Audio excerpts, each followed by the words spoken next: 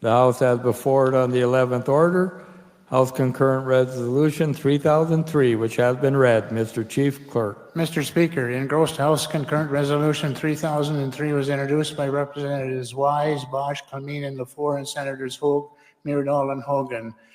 Engrossed House Concurrent Resolution 3003 is a concurrent resolution to amend and reenact Section 9 of Article 3 and Section 16 of Article 4 of the Constitution of North Dakota, relating to the threshold for approving a constitutional amendment. Mr. Speaker, your Government and Veterans Affairs Committee, Representative Schauer, Chairman, recommends amendments, and when so amended, recommends do pass on House Concurrent Resolution 3003 by a vote of 9 yeas, 5 nays, and 0 absent not voting. Mr. Speaker. Representative Vetter. Thank you, Mr. Speaker. Mr. Speaker and members of the Assembly, I ask you the question, what is the purpose of a Constitution? And I will tell you it is to protect the rights of the minority from the mob rule of the majority. There are good reasons why our founding fathers created a constitutional republic, not a direct democracy. The only way a constitution can protect the minority is if the Constitution is hard to change or it takes more than a simple majority to change. Imagine if the United States had a simple majority vote every 2 years to determine what we wanted in our US Constitution. Instead of that, we have a Bill of Rights that has never been amended that protects all US citizens no matter who holds power. It takes 2/3 of Congress to propose a change that needs to be ratified by 3/4 of the states, or 2/3 of the states calling a constitutional convention. Even with that high bar, our US Constitution has been amended 27 times in 237 years. Even with that high bar, we made a mistake on prohibition, which had to be undone. This is good governance that we should follow as a state. Let me give you some state information. 24 states do not have initiated measure, but they set a high threshold by requiring constitutional amendments to be proposed by a supermajority or 2/3 legislative vote, some requiring 3/5 in 9 states and 2/3 in the 15 states before being approved by the voters. Another 11 states require amendments to be approved by the majority vote in 2 consecutive legislative sessions and then by voters.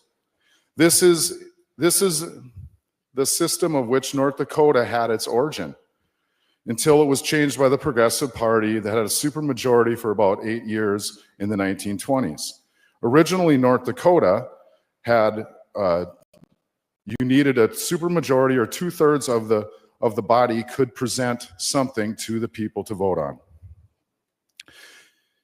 There are 26 states that allow for citizens to have the power of the initiative, placing measures on the primary ballot or general ballot. Out of these states, 8 do not allow for constitutional changes. So roughly 36% of states allow for citizens to initiate a constitutional change. Out of these 26 states that allow initiated measures, 18 allow for constitutional changes, but in Illinois and Mississippi, that process is so difficult, it has rarely been used. Out of the states that do allow citizen petitions to change the Constitution, Florida and Illinois require 60% majority like the resolution proposes. Massachusetts requires the petition must receive at least 30% of the total number of ballots cast in the election and a majority of the voters voting on the measure. Montana requires majority and at least 35% of the total votes cast in the entire election. Nebraska requires petition has to be signed by 10% of the registered voters. Nevada requires a majority of the voters on 2 consecutive elections, and Oregon requires a majority only, but the election must have at least a 50% turnout. North Dakota is one of 10 states that are left with these less stringent requirements, leaving us 20% of the United States allowing citizen petitions to change state governments by a simple majority, which is what we have. We already have a simple majority rule for most aspects of government. The simple majority already control most aspects of government. All this bill does is raise the threshold slightly for amending the Constitution. So the minority has some protection in North Dakota. We have initiated measure to process to change century code. This is not changing that. There are plenty of ways for people to change public policy. And remember, this just sends the resolution out to the people, and they have a choice where to approve the measure or not. Members of the Assembly, please protect our Constitution. Vote with your committee, vote with your leaders, and give this resolution a green vote. Thank you. Is there any discussion? Representative Van Winkle.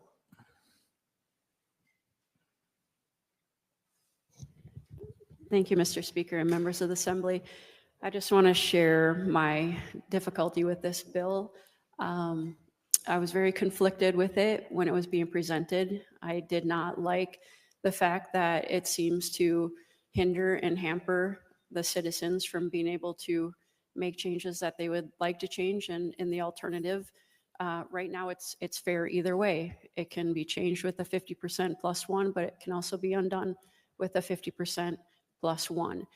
And so my concern is that we're fretting about something that I don't know we need to be fretting about, and that raising the threshold doesn't actually solve the problem that maybe they're thinking needs to be solved. I don't know if this is a fair response because maybe we'll codify abortion in our Constitution or not, but I just want us to consider that we shouldn't make a decision based on a one ticket item fear campaign that would make us want to raise this threshold just because one thing seems scary. When I want to read our North Dakota Constitution, Article 1, Section 23 says, the North Dakota Constitution is inseparable part of the American Union.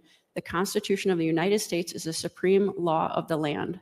That protects us already. So to say that we got to be so worried about protecting the minority and we must increase this threshold, it's not really actually true because we're already protected under the federal Constitution. And Article 1, Section 24 states the provisions of this Constitution are mandatory and prohibitory unless by express words they are declared to be otherwise. My question would be, what is the otherwise? Our federal Constitution, if it delegates rights, they cannot be disparaged by the state per the 9th Amendment of our U.S. Constitution, which is reiterated in Article 1, Section 24 of our North Dakota Constitution. So I think we don't have to fear, and I think when we consider the petitioning process of raising the threshold, it really is just going to stop the grassroots movement from accomplishing anything. And if that's what your goal is, then I guess you will probably pass this. But the alternative is that the money is always going to be able to fund changing our Constitution. And so whether we raise it to 60% or not, the money has always been there for the people who want and to force something into our Constitution. But now also that will raise it for those that would rather try to get that undone later. So I would hope that we would not pass this bill. Thank you, Mr. Speaker. Representative Ista. Thank you, Mr. Speaker. Mr. Speaker, members of the Assembly, you know, when you start serving in this Assembly, one of the most powerful traits I think you can bring to bear is to assume good intentions. I think you can make a lot better policy if you do that, and I do assume good intentions here. I think those proponents of this bill, the sponsors of this resolution, do want to protect the Constitution. The one we were reminded earlier today, we all swore an oath to uphold and protect.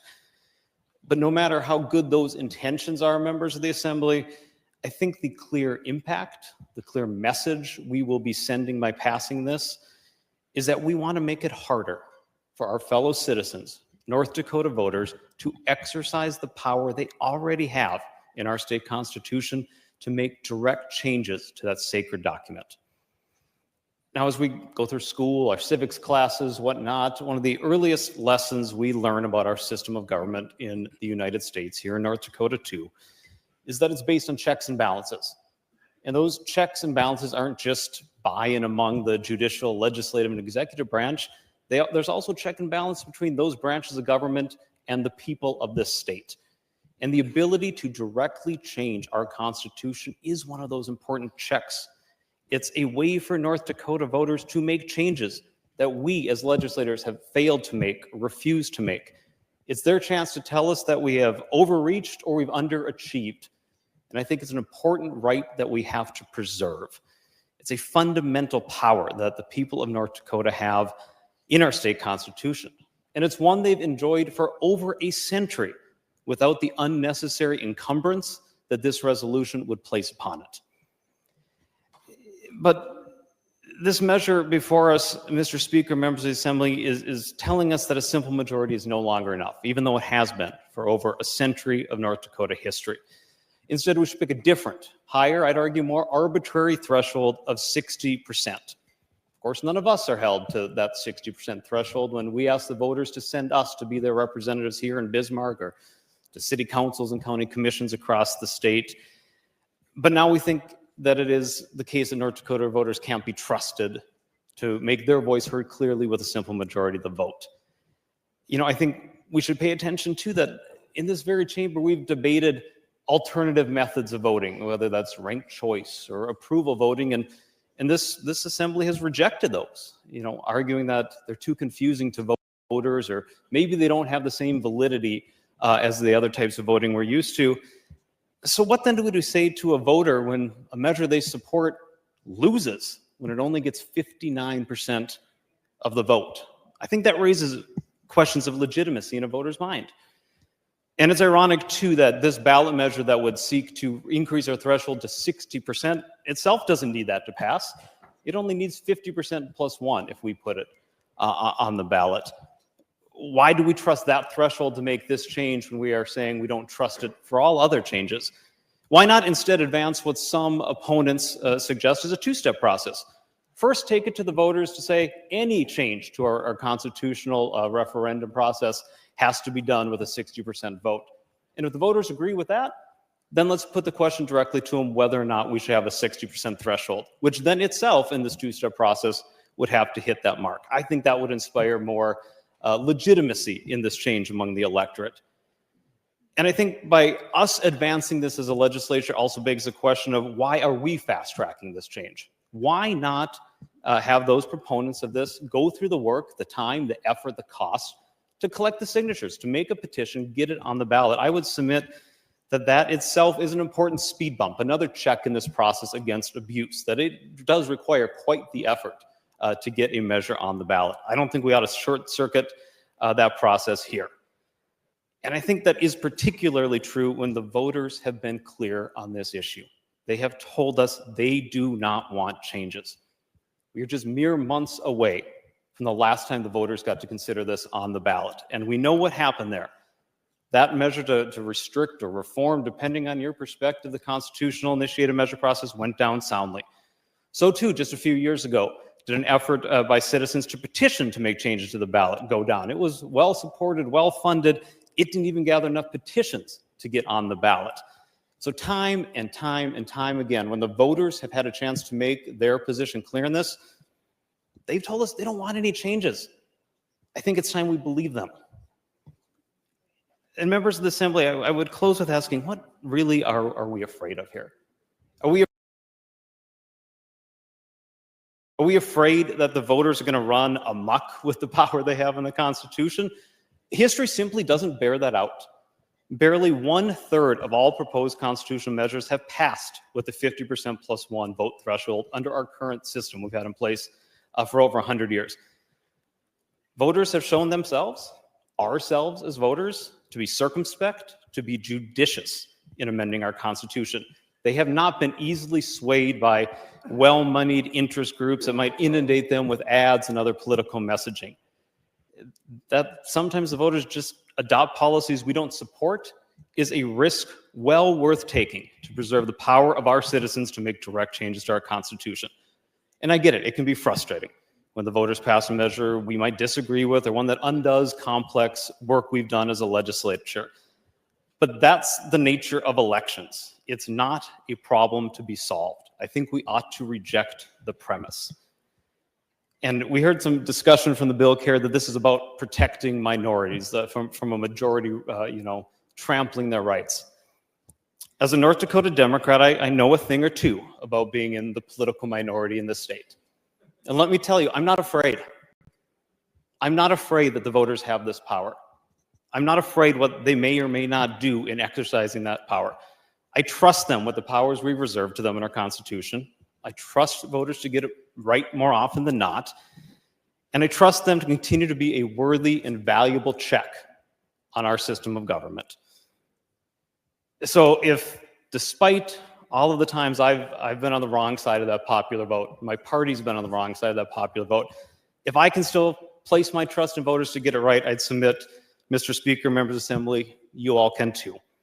So let's show the voters we still trust them. Let's show them that we should believe their constitutional rights ought to be left in place, and let's reject this resolution. I'd urge a no vote on House Concurrent Resolution 3003. Thank you, Mr. Speaker. Representative Murphy. Thank you, Mr. Speaker. Would the bill carrier yield to a question? Representative Vetter, will you yield to a question? Yes, I will. Representative Murphy. Thank you, Mr. Speaker. Representative Vetter, did you in committee discuss the proportion of votes that need to be positive to fund a school referendum? Mr. Speaker, members of the Assembly, no, we did not. This is a constitutional measure and really not relevant. May I continue, Mr. Speaker? Continue. Mr. Speaker and honored members of the Assembly, the bottom line is it's a 60% vote that has to occur to fund a referendum, a school referendum. So we require more votes to change a school referendum, to fund a school building, than we do to change the Constitution. I find that a little odd. I concur with my fine colleague from Grand Forks. I respect the minority leader's comments, but I urge a green vote. Representative Clemeen. Mr. Speaker, members of the Assembly, this is the Constitution we're talking about. It's the umbrella over which we pass all of our other laws. And those other laws are the 50+1 provision. However, I'm afraid, in my opinion, that North Dakota's getting a reputation that it is a state that can be bought. We're here for trial runs on anybody from out of state who wants to see if they can get something passed here. They can use that as evidence of passing it someplace else. Now, if the voters think it's a good idea, then they can vote more than 60%, and they do. And as I think one of the speakers said, most of the amendments have passed by more than 60%. So what are we concerned about? Let's keep the ones that are frivolous out of here so they don't keep trying to use us for their own interests. If it's a good idea, it's going to get 60%. Representative Shower.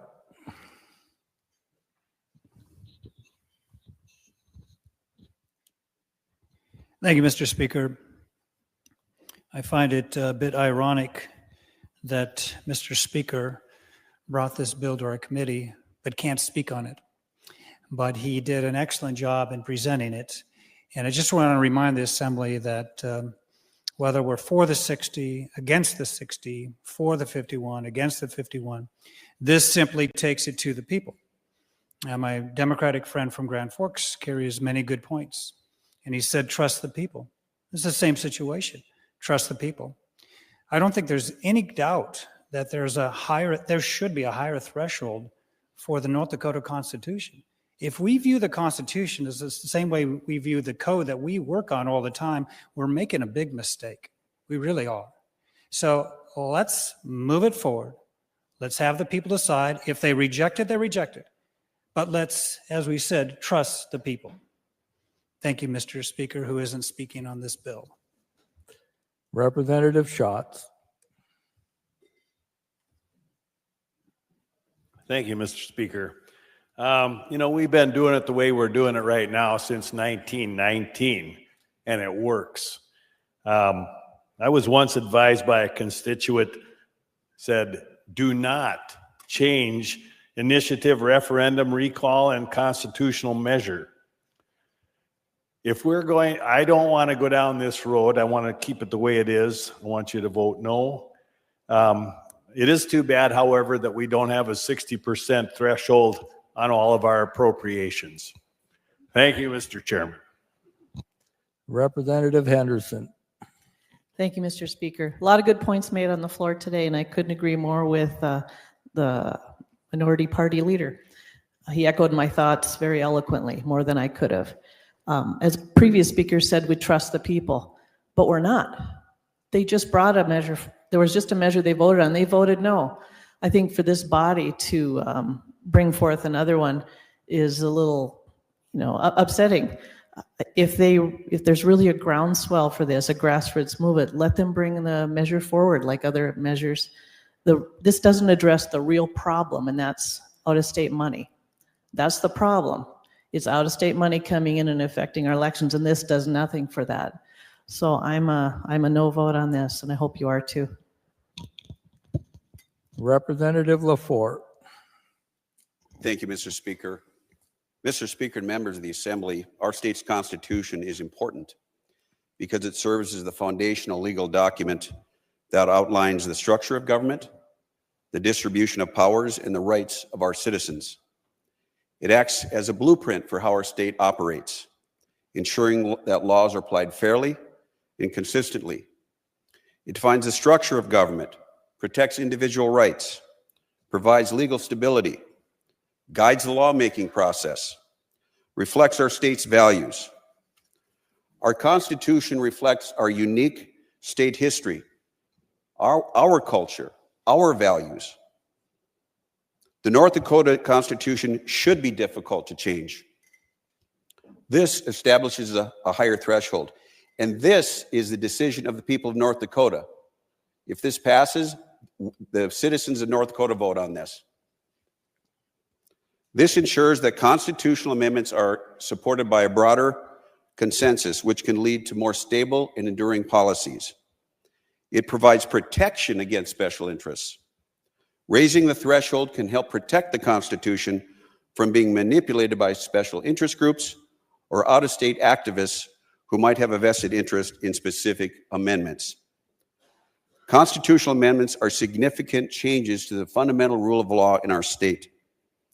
A higher threshold vote underscores the importance and gravity of such changes. Requiring a 60% vote requires proponents of an amendment to build a broader base of support and engage in more extensive public discourse. Often, out-of-state or national interest groups have significant financial resources, while the opposition often has limited resources with which to fight.